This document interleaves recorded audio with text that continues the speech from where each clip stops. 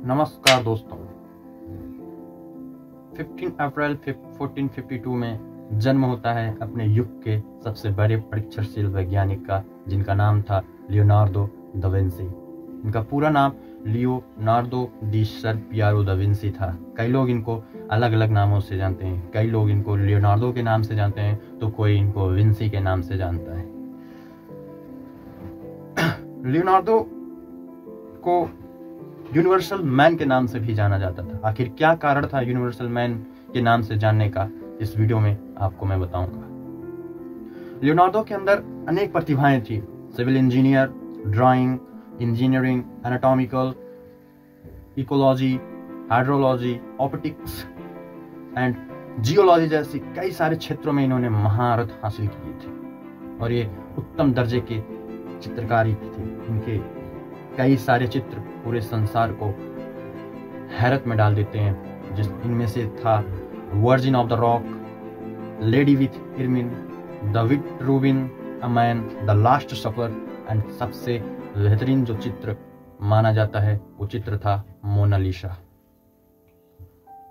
इनके बनाए गए अनेक चित्र आज भी हैरत में डाल देते हैं, वो चाहे उपकरण हो या फिर इनके बनाए गए उस डायरियों पे चित्र।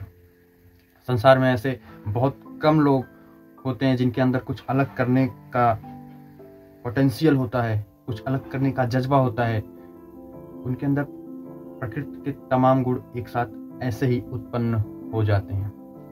लियोनार्दो दा विंसी उन्हीं में से एक थे, उन्हीं गिनी चुनी प्रतिभाओं में से एक थे। उनके अंदर एक साथ पेंटर, आविष्कार, संगीतज्ञ, मूर्तिकार, वैज्ञानिक, निरीक्षक, शरीर रचना, भवन निर्माता, नगर नियोजक और डिजाइनर जैसे सभी गुण विद्यमान थे।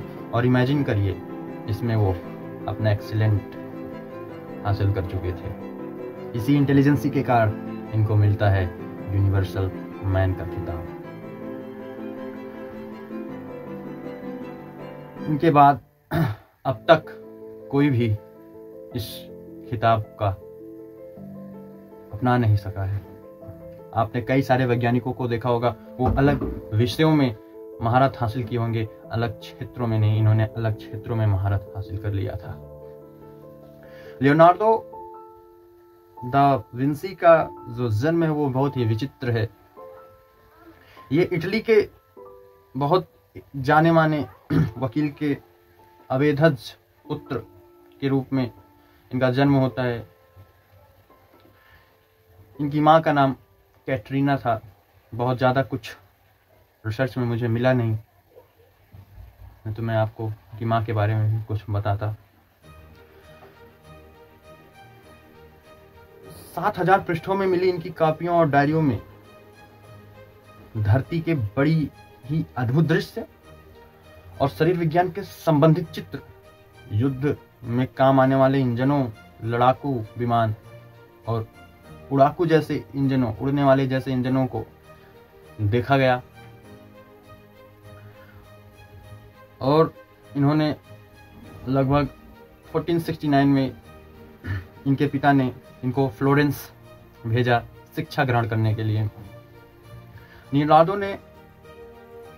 की देखभाल इनके चाचा ने की। लगभग 14 साल तक इन्होंने मूर्तिकारी में काम किया। जब ये मूर्तिकारी में एकदम इंटेलिजेंस हासिल कर चुके थे, तब इनको एड्रिलेड नामक मूर्तिकारी से सीखने के लिए इनको इनके चाचा ने भेज दिया। ये लगभग 1482 में इन्होंने मिलान के ड्यूक को एक पत्र लिखा। जब वहां से इन्होंने मूर्तिकारी सीखी तो 1482 में मिलान के ड्यूक को इन्होंने एक पत्र लिखा और इसमें इन्होंने अपनी व्यावसायिक सेवाएं और कुछ अलग बनाने का सोचा और सेना इंजीनियर में पद पर नियुक्त कर लिया गया। ड्यूक ने इनको सेना इंजीनियर के पद पर नियुक्त किया। सन 1495 में इन्होंने अपनी प्रसिद्ध पेंटिंग द लास्ट सफर बनानी आरंभ करी, जो 1497 में जाके समाप्त होती है और वो विश्व की एक बेहतरीन पेंटिंग के रूप में निखरती है। उसके बाद सन 1500 के बाद ये फिर से फ्लोरेंस जाते हैं और वहाँ पे इन्होंने अपनी 1503 यानी कि 1503 में इन्होंने मोना लीसा जैसे पेंटिंग को बनाना स्टार्ट करते हैं। ये पेंटिंग 1506 में जाके पूर्ण होती है। यह चित्र उन्होंने उन दिनों बनाना स्टार्ट किया था जब ये 51 ईयर्स के थे, यानी कि ये जब 51 साल के थे उन दिनों ये चित्र बनाना स्टार्ट करते हैं। तब उस समय मोनालिसा 54 वर्ष की थी, यानी कि 54 ईयर्स की थी। मोनालिसा हर दोपहर को बगीचे में आया करती थी। और विंसी यानी कि लियोनार्डो दा विंसी उनका चित्र बनाया करते थे। 3 साल में बना यह चित्र एक ऐसा चित्र बना जिसे आज भी पूरी दुनिया देखकर दंग रह जाती है। इस चित्र का सबसे महत्वपूर्ण बात यह है कि अगर आप इस चित्र को एक बार देखेंगे तो आपको इस चित्र को बार बार देखने का मन करेगा। एक अलग प्रकार की इसमें मासूमियत और भोलापन इन्होंने दिखाया है। इस चित्र को जब इन्होंने पूरा किया उसके बाद 1506 से 1513 तक ये मिलान में रहे और मिलान के फ्रांस के शासन के अंतर्गत आ गया। मतलब मिलान जो था वो फ्रांस के शासन के अंतर्गत आ गया और वहाँ इन्होंने कई सारे चित्रों को बनाने का निर्णय लिया और वहाँ पे इन्होंने बनाया था वर्जिन एंड चाइल्ड सेंट इन्हें पेंट करने के लिए कहा गया। फिर इन्होंने 1517 में लियोनार्डो फिर रोम चले गए और जीवन के अंतिम वर्ष इन्होंने राजा फ्रांसिस प्रथम के अतिथि के रूप में बिताए। लियोनार्डो एक लंबे अरसे तक पर्दे के पीछे रहे। कारण क्या था? लियोनार्डो का बनाया गया हर एक चित्र काफी महंगा और उस समय की तकनीक के हिसाब से वो मटेरियल अवेलेबल नहीं थे। इसी के कारण इनके चित्र को काफी समय तक पर्दे पे यानी कि कागजी रूपों पे ही रखा गया।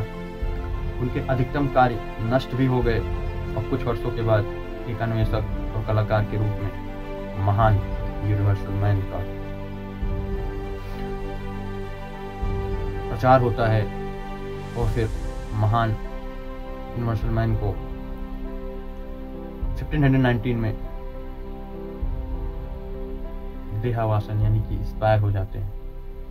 एक ऐसे व्यक्ति का जाना पूरी दुनिया के लिए शोक हो जाता है। ये एक प्रकार से प्राकृतिक शक्ति के रूप से आए थे और प्राकृतिक शक्ति के रूप में ही चले जाते हैं। कई लोगों का दावा है कि ये म्यूजिकल वाइब्स को सुन सकते थे, म्यूजिक यानी कि संगीत के उस सुरों को सुन सकते थे जिसने और देख सकते थे जो एक फोटोग्राफिक मेमोरी नहीं देख सकती। तो आशा करता हूँ आपको यह वीडियो अच्छा ज़रूर लगा होगा। आप ज़रूर कमेंट में अपना अनुभव शेयर करिएगा। तब तक के लिए अपना ख्याल रखिए, स्वस्थ रहिए, मस्त रहिए।